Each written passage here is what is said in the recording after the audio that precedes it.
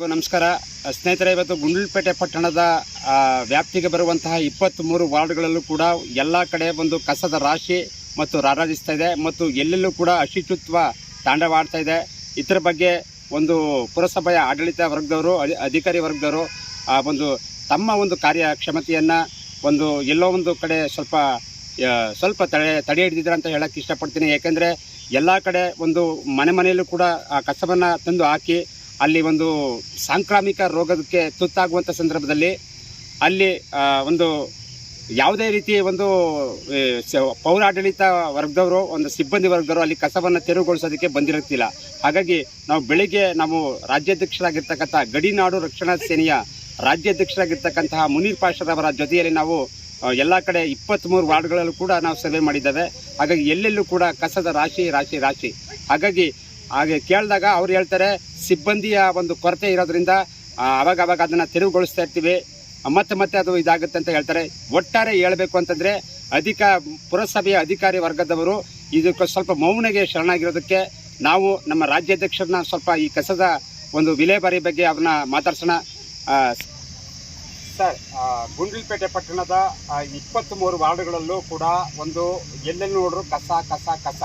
ಈ ಒಂದು ತಾವೇ ಕೂಡ ಖುದ್ದಾಗಿ ನೀವು ಕೂಡ ಹೋಗಿ ಖುದ್ದಾಗಿ ಎಲ್ಲ ಕಡೆ ಒಂದು ಕಸದ ಒಂದು ರಾಶಿಯನ್ನು ತಾವು ನೋಡಿದ್ದೀರಿ. ಹಾಗಾಗಿ ಈ ಒಂದು ಕಸದ ಒಂದು ಈ ಪುರಸಭಾ ಆಡಳಿತ ಒಂದು ಅಧಿಕಾರಿ ವರ್ಗದವರಿಗೆ ಮತ್ತು ಪೌರ ಕಾರ್ಮಿಕರಿಗೆ ಯಾವ ರೀತಿ ಕಸವನ್ನು ವಿಲೇವಾರಿ ಮಾಡಬೇಕು ಅಂತ ತಾವು ತಮ್ಮ ಸಂಘಟನೆಯಿಂದ ಯಾವ ರೀತಿ ಹೇಳಕ್ಕೆ ಇಷ್ಟಪಡ್ತೀರಿ ಸರ್? ಎಲ್ಲರಿಗೂ ನಮಸ್ತೆ. ಈಗ ಮೇನ್ ರೋಡ್ಲೇ ನೋಡಿದ್ರೆ ಈ ಪಟ್ಟಿ ಕಸಗಳೈತೆ. ಮೇನ್ ರೋಡ್ಲಿ ಈ ಪಟ್ಟಿ ಕಸ ಆಗ್ಬಿಟ್ಟು ಇನ್ನು ಊರು ಒಳಗಡೆ ಹೋದ್ರೆ, ವಾರ್ಡ್ಗಳು ಒಳಗಡೆ ಹೋದ್ರೆ ಇನ್ನು ಎಷ್ಟು ಕಸ ಸಿಕ್ಕಲ್ಲ. ಅದು ಒಂದಾಯಿತು. ಇಡೀ ವಾರ್ಡ್ಗೆ ಬೆಳಗ್ಗೆ ನಾವು ಎಲ್ಲ 23 ವಾರ್ಡ್ಗೆ ಹೋಗಿರುವಾಗ ಒಂದು ವಾರ್ಡ್ಲಿ ಒಬ್ಬೊಬ್ಬಳೆ ಲೇಡೀಸ್ ಕ್ಲೀನ್ ಮಾಡ್ತಿದ್ವಿ. ಇಲ್ಲಿ ಒಂದು ವಾರ್ಡ್ಲಿ ಒಂದು ವಾರ್ಡ್ಲಿ ಒಬ್ಬಳು ಎಷ್ಟು ಕ್ಲೀನ್ ಮಾಡೋಕ್ಕಾಗ್ತದೆ? ಅದು ಕ್ಲೀನ್ ಮಾಡಿದ್ರು ನೀವು ಎತ್ತದ ಯಾವಾಗ ಆಗಿದ್ರು. ಈಗ ನೋಡಿದ್ರೆ ನಾಯಿಗಳ ಕಾಟ ಬೇರೆ. ಹೌದು ಸರ್. ಆಮೇಲೆ ಪ್ಲಾಸ್ಟಿಕ್ಕು, ಹಸುಗಳು ಪ್ಲಾಸ್ಟಿಕ್ ತಿಂತಾ ಇದೆ. ನಾವು ಕಣ್ಣಿನ ನೋಡಿದ್ವಿ.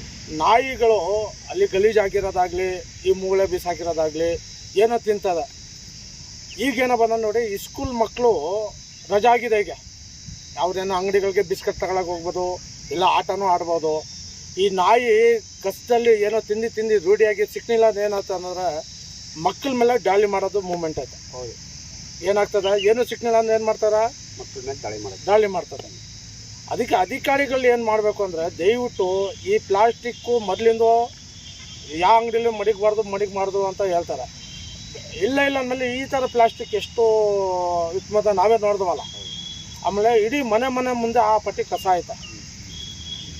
ನಾಳೆ ದಿನ ರೋಗ ಬರೋಕ್ಕೆ ಚಾನ್ಸು ನೋಡಿ. ಈಗ ಮಳೆ ಹುಯ್ಯೋ ಟೈಮ್ಲಿ ಮಳೆ ಹುಯ್ತಿಲ್ಲ, ಯಾವ ಬೇರೆ ಟೈಮ್ ಹುಯ್ತದೆ, ಬಿಸಿಲು ಹೊಡಿತದೆ.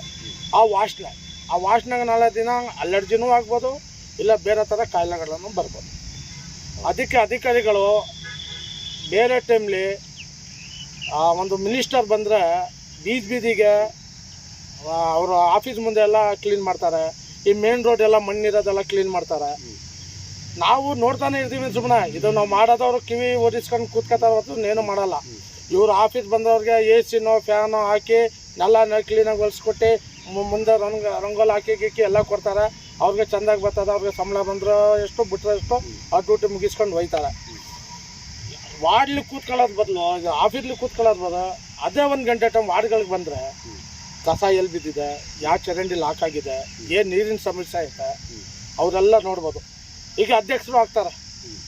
ನಾವು ಇವ್ರವ್ರು ಅಂತೆಲ್ಲ ಈ ಪಕ್ಷದವ್ರವ್ರು ಯಾವ ಪಕ್ಷದವ್ರವ್ರು ಅಧ್ಯಕ್ಷರು ಆಗ್ತಾರೆ, ಉಪಾಧ್ಯಕ್ಷರು ಆಗ್ತಾರೆ. ಆ ಮುನ್ಸಿಪಾಲ್ಟಿಲಿ ವಾರ್ಡ್ಲಿ ಅವರೆಲ್ಲ ಗೆದ್ದಿರ್ತಾರೆ. ಅವರು ಇಡೀ ಒಂದು ಎಲೆಕ್ಷನ್ ಟೈಮ್ಲಿ ಮಾತ್ರ ಅವರು ಯೂಸ್ ಆಗ್ತಾರೆ ಹೊತ್ತು ಎಲ್ಲ 23 ವಾರ್ಡ್ಲಿ ಒಂದು 5 ಜನನೋ 3 ಜನನೋ ಸ್ವಲ್ಪ ನೋಡ್ಬೋದು ಬಂದು ಹಂಗೆ ಏನೋ ಅಂದ್ಬಿಟ್ಟು. ನಾವೆಲ್ಲರಿಗೂ ತಪ್ಪಂತ ಹೇಳೋಕ್ಕಾಗಲ್ಲ. ಅವ್ರವ್ರ ವಾರ್ಡ್ಲಿ ಬೆಳಗ್ಗೆ ಬೇರೆ ಕಡೆ ವಾಕಿಂಗ್ ಹೋಗೋ ಬದಲು ಅವ್ರ ವಾರ್ಡ್ಲಿ ಒಂದು ಫುಲ್ ವಾಕಿಂಗ್ ಮಾಡಿಬಿಟ್ರೆ ಇಡೀ ಅವರು ವಾರ್ಡ್ಗಳು ಸೂಪರ್ ಆಗೋಯ್ತದೆ. ಏನೋ ನೀರಿನ ಚರಂಡಿ ಏನು ತುಂಬಿದೆಯಾ ನೋಡಬೇಕು, ಕಸ ಬಿದ್ದಿದೆಯಾ ನೋಡಬೇಕು, ಕರೆಂಟ್ ಬಂದಿದೆಯಾ ನೋಡಬೇಕು. ಏನು ನೋಡೋದ್ರಲ್ಲಿ ಬಂದು ಬರೀ ಆಫೀಸ್ಲಿ ಕೂತ್ಕೊಬಿಟ್ರೆ 21 ವಾರ್ಡ್ಲಿ ನೋಡೋಲ್ಲ ಸರ್. ಹೆಂಗಿತ್ತು ಕಸ ಸಿಕ್ಕಾಪಟ್ಟೈತಿ ಇಲ್ವಾ?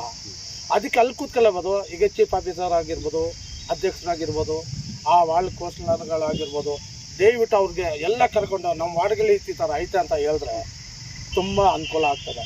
ಇನ್ನೊಂದೇನಪ್ಪ ಅಂದರೆ ಈ ಕಸ ಫುಲ್ ಜಾಸ್ತಿ ಎಲ್ಲ ಹಾಕ್ತಾರೆ, ಅಲ್ಲಿ ತೊಟ್ಟಿಗಳು ಬರ್ತದೆ, ಕಬ್ಬಿನ ತೊಟ್ಟಿ ಮಡಿಗ್ತಿದ್ರು ಮೊದಲು, ಅದು ಮಡಿಗ್ತಾರೆ. ದಯವಿಟ್ಟು ಅದು ಮಡಿಗಿದ್ರೆ ಇನ್ನೂ ಅನುಕೂಲ. ಯಾವ್ದು ಟ್ಯಾಕ್ಟ್ರು ಹೋಯ್ತದೆ, ಎತ್ತು ಸುರ್ಕತ್ತದೆ, ಮಾಡ್ಕೊಂಡು ಹೋಗ್ತಾರೆ. ಇಲ್ಲದು ಇದು ಏನಾಗ್ತದೆ ನಾಳೆ ದಿನ ಎಲ್ಲರಿಗೂ ತೊಂದರೆ ಇದೆ.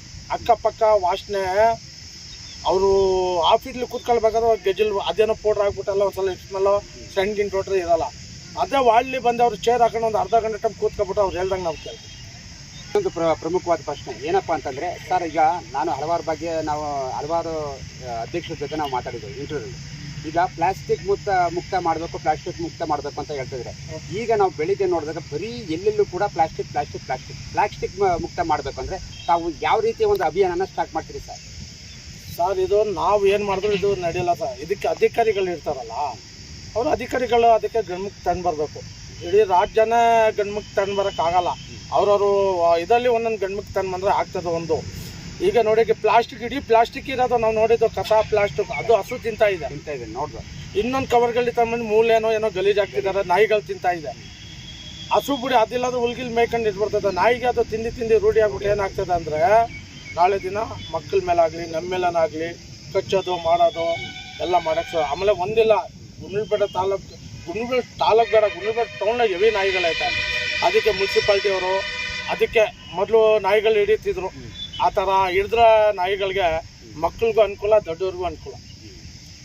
ಓಕೆ ಸ್ನೇಹಿತರೆ, ಎಷ್ಟೋ ತನಕ ಗಡಿನಾಡು ರಕ್ಷಣಾ ಸೇನೆಯ ರಾಜ್ಯಾಧ್ಯಕ್ಷರಾಗಿರ್ತಕ್ಕಂಥ ಮುನೀರ್ ಪಾಷರವರು ಈ ಒಂದು ಸ್ವಚ್ಛತೆಯ ಒಂದು ಕುರಿತು ನಮ್ಮ ಗುಂಡ್ಲುಪೇಟೆ ತಾಲೂಕಿನ ಒಂದು 23 ವಾರ್ಡ್ಗಳಲ್ಲೂ ಕೂಡ ಎಲ್ಲೆಲ್ಲೂ ಕಸ ಮತ್ತು ಪ್ಲಾಸ್ಟಿಕ್ಕು ಮತ್ತು ಇನ್ನಿತರ ಒಂದು ಸಾಂಕ್ರಾಮಿಕ ರೋಗಗಳಿಗೆ ತುತ್ತಾಗುವಂಥ ಸಂದರ್ಭದಲ್ಲಿ ಇವರು ಸರ್ಕಾರದ ಗಮನಕ್ಕೆ ಮತ್ತು ಪುರಸಭೆಯ ಅಧಿಕಾರಿಗಳಿಗೆ ಮತ್ತು ಅಧ್ಯಕ್ಷರಿಗೆ ಗಮನ ತರುವಂತಹ ನಿಟ್ಟಿನಲ್ಲಿ ಇಷ್ಟೋ ತನಕ ನಮ್ಮ ಜೊತೆ ಮಾತಾಡರು. ಹಾಗಾಗಿ ಅವರಿಗೆ ಹೃದಯಪೂರ್ವಕ ಧನ್ಯವಾದಗಳು. ನಮಸ್ಕಾರ.